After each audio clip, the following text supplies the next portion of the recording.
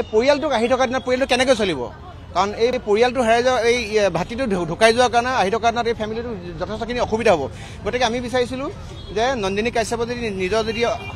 মান সন্মান যদি আছে তেখেতে আহি পেলাই নিজে ইয়াত হাজিৰ হওকহি থানাত তেখেতে হাজিৰ হওকহি ইতিমধ্যে তেওঁ এগৰাকী অভিযুক্ত হয় আমি নিবিচাৰোঁ এইটো মুহূৰ্তত য'ত তেওঁ এটা ফেমিলি এজন আমাৰ ল'ৰা হেৰাই গৈছে এজন পুত্ৰ হেৰাই গৈছে আমি নিবিচাৰোঁ এইটো সময়ত তেওঁ গৈ পেলাই থিয়েটাৰ নাটকৰ কিবা আখৰা চলাই থাকিব আৰু থিয়েটাৰ নাটকৰ আখৰা চলাই থকা সময় নহয় এইটো সময় হ'ল এই পৰিয়ালৰ লগত থিয় হৈ পেলাই সমবেদনা জ্ঞাপন কৰি পৰিয়ালত থিয় হৈ তেওঁ এই দুখৰ মানে সমভাগী হোৱা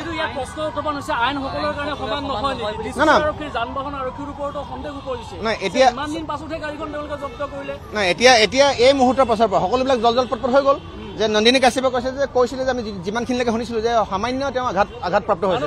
ইতিমধ্যে তেখেত মৃত্যু হৈছে এতিয়া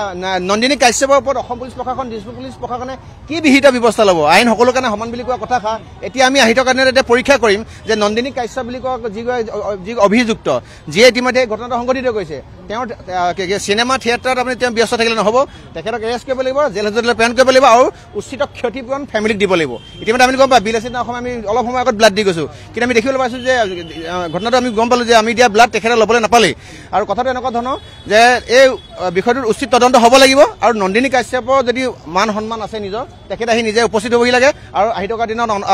অনাগত দিনত পৰৱৰ্তী সময়ত উচিত ক্ষতিপূৰণ দিব লাগিব ফেমিলিক সম্পূৰ্ণ ঘটনাটো পুলিচে আচলতে ৰক্ষণাবেক্ষণ দিয়াৰ এটা অভিযোগ উত্থাপন কৰিছে পৰিয়ালৰ লোকে কেইবাগৰাকী জ্যেষ্ঠ আৰক্ষী বিষয়াৰ সৈতে মিতি ৰালি আছে যাৰ বাবে গোটেই বিষয়টো তেওঁলোকে যি ধৰণে ইনভেষ্টিগেশ্যন কৰিব লাগে এই ধৰণৰ চাওক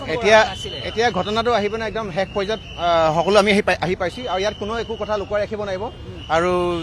মানুহে যিটো মনত ভাৱনা হয় সেই কথাটো আপোনাৰ সত্য বুলি প্ৰমাণিত হয় আৰু আমি ভাবোঁ এই মুহূৰ্তৰ পৰা অসম পুলিচ প্ৰশাসনে কেতিয়াও কোনো কাৰণত